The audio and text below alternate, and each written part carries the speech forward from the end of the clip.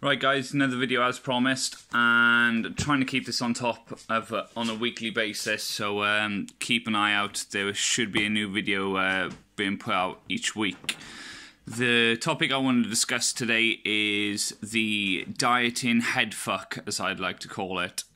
Basically, when you're starting out, trying to lose weight, make a change, whether it's gain muscle or lean out or just lose general body fat, increase your health or whatever, due to the access that the internet provides with so many conflicting and confusing bits of information, people tend to kind of get inundated with quite complicated scientific based studies or fact, or one particular expert recommends this, another particular expert recommends that.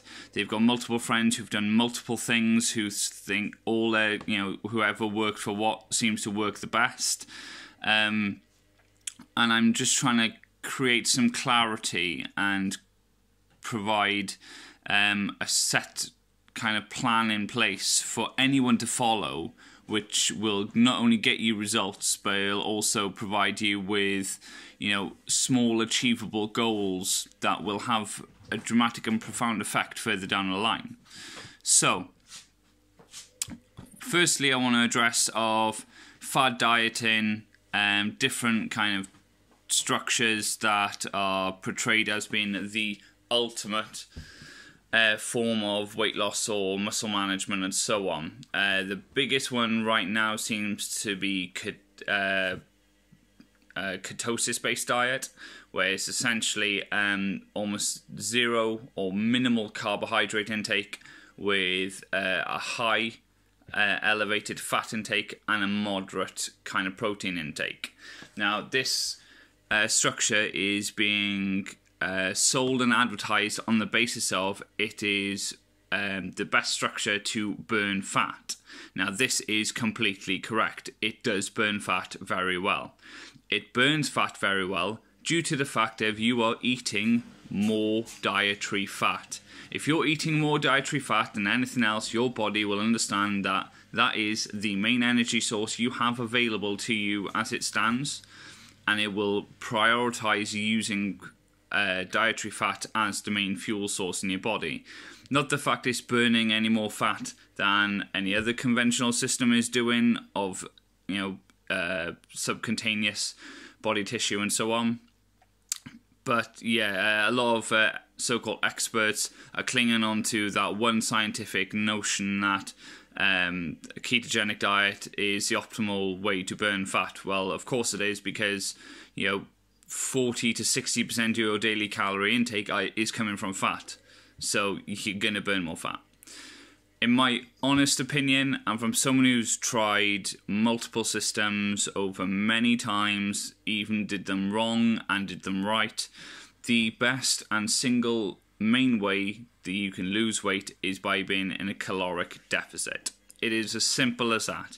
If you are eating more calories than what your body needs, you will put on weight. If you're eating less calories than what your body is using per day, you will lose weight. That is one of the main and only conclusive scientific studies that has been proven with all bodies across the range. Now, in a lot of studies other people refer to, think about it this way: they maybe use 50 of those people, okay? So there's 50 people in a particular given survey or study. 35 of those individuals will come up presenting the kind of goal or the kind of theory that they're trying to project with the study. There'll be 15 people who either just didn't react or didn't respond whatsoever, so we'll call that, say, 5 people, and then you'll have 10 people which are non-responders. This means that it's not scientific fact because it doesn't work with everybody. This is why the health and fitness industry is, gaining leaps and bounds, is because, if it was completely scientific fact and everyone worked and operated the same way, surely you could just have one personal trainer or one coach who would get the exact best results out of everybody that they came across. That isn't the case, and that's why there is a huge amount of growth left in the industry, and that's why there's so many people doing personal training and coaching, because there is that much variety from individual to individual. So bear in mind, keep it as simple as possible. Work out your daily calories and what you need to just maintain who you are at your activity level. There are many equations and many facilities online that will easily work this out. Be honest with the answers. The main honest answer you need to find out is your activity level, whether you're fairly sedentary, where it's intermediate, or whether you're quite an active person, or whether you're an incredibly active person where you have a fairly active job, you go to the gym also 5 to 6 times a week, you walk the dog as well. So be very critical of your own day-to-day activity levels, so it just enables that calculation to be as accurate as possible. Still take the overall value with a pinch of salt, as it is a very loosely based kind of generated number. So you've got an approximate number to work off, and then that is the starting point for a lot of trial and error with your eating structure. My main concern would be ensure that you have a good solid amount of protein in your diet, so anywhere from 0.8 to 1.4 grams per pound of body weight. To some that may seem excessive, but if you're trying to diet, you want to preserve as much muscle tissue as possible, and by having elevated protein levels, it will kind of safeguard the muscle a bit more than your body will just burn through it. Also, you want to ensure that you're having a good quality level of fat. So this is things like polysaturated fats, saturated fat. The main ones you want to stay away from is hydrogenated and trans fats. These are mainly in hypo-frozen foods in terms of meat and boxed meals. A lot of ready-made meals or microwave meals, they're just a handful of things to try and stay away from. So yeah, having good element of protein and fats is completely essential in your diet. Once you have those two values worked and they're kind of in the rough ballpark where you need them to be, then you can use carbohydrates as the up or down lever to get you to that calorie level, whether you want to put on weight or lose weight. If you want to lose weight, I suggest having a calorie deficit of 100 to 300 calories per day. Nothing too extraneous, because if you go on a crash diet, you will make unbelievable progress to a point, and then you'll stop making progress because your metabolism will be fucked. It won't be able to burn half as much calories as you want it to, and then you'll lose hope, smash a nice big fat McDonald's on your face, and because your metabolism is only burning half the rate it should be, that weight will go on straight to your arse, thighs, chest, wherever you don't want it, it will go. Right. That being said, once you have those values in place, just, get a feel for how your body is operating. Get a feel for how you respond to certain things. The more you can be in tune with your own feelings of how your body is acting and performing, the better your results will be, and the longer term the results will be. Don't neglect drinking water. Water is quite an important one, and that would be my foundational step for anyone who's looking to go on a transformation journey. Is your first goal, set up a priority of drinking more water, and just water. No fruit drinks, no squash, nothing.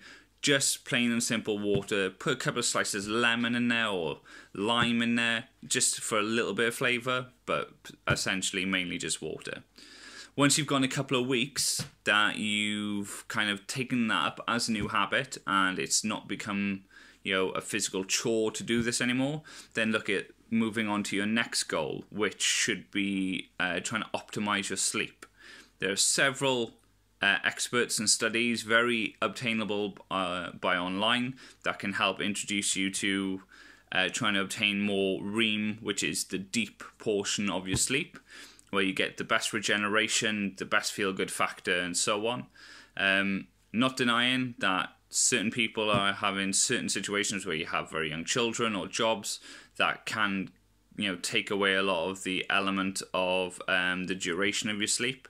So if you're having a shorter amount of sleep, surely it'd be a benefit to you to learn how you can sleep more efficiently in that reduced time. So yeah, any kind of study you want to look up, Ben Coomera, I found is a very good point of knowledge for sleep studies. There's several studies that have been conducted by the British Medical Association, which seem to be quite legitimate and quite good sources of knowledge.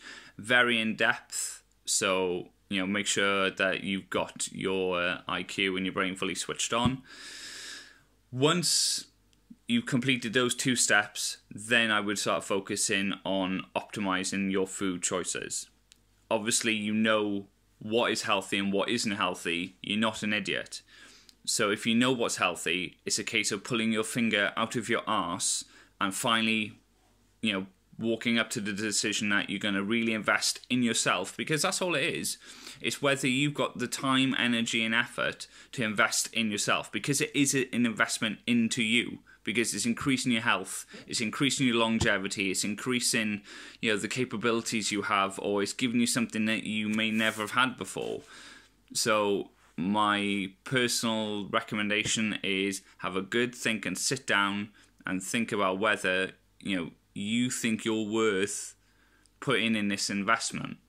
And I really hope the answer does come yes to you, because of course you're worth investing in yourself. It's just very scary having to take that first step or start or initialize the journey. But once you started that journey, it will all fall into place as long as you take things step by step, bit by bit. Don't try and do everything at once. And that's my honest advice, guys. That's why it's called a dietary headfuck, because you try and do everything at once, you get confused, tie yourself up, and you can't be fucked. Anyway, I hope this helps, guys, and I'm really sorry the video has turned into almost 15 minutes. But anyway, next video should be coming up next week shortly. Thanks.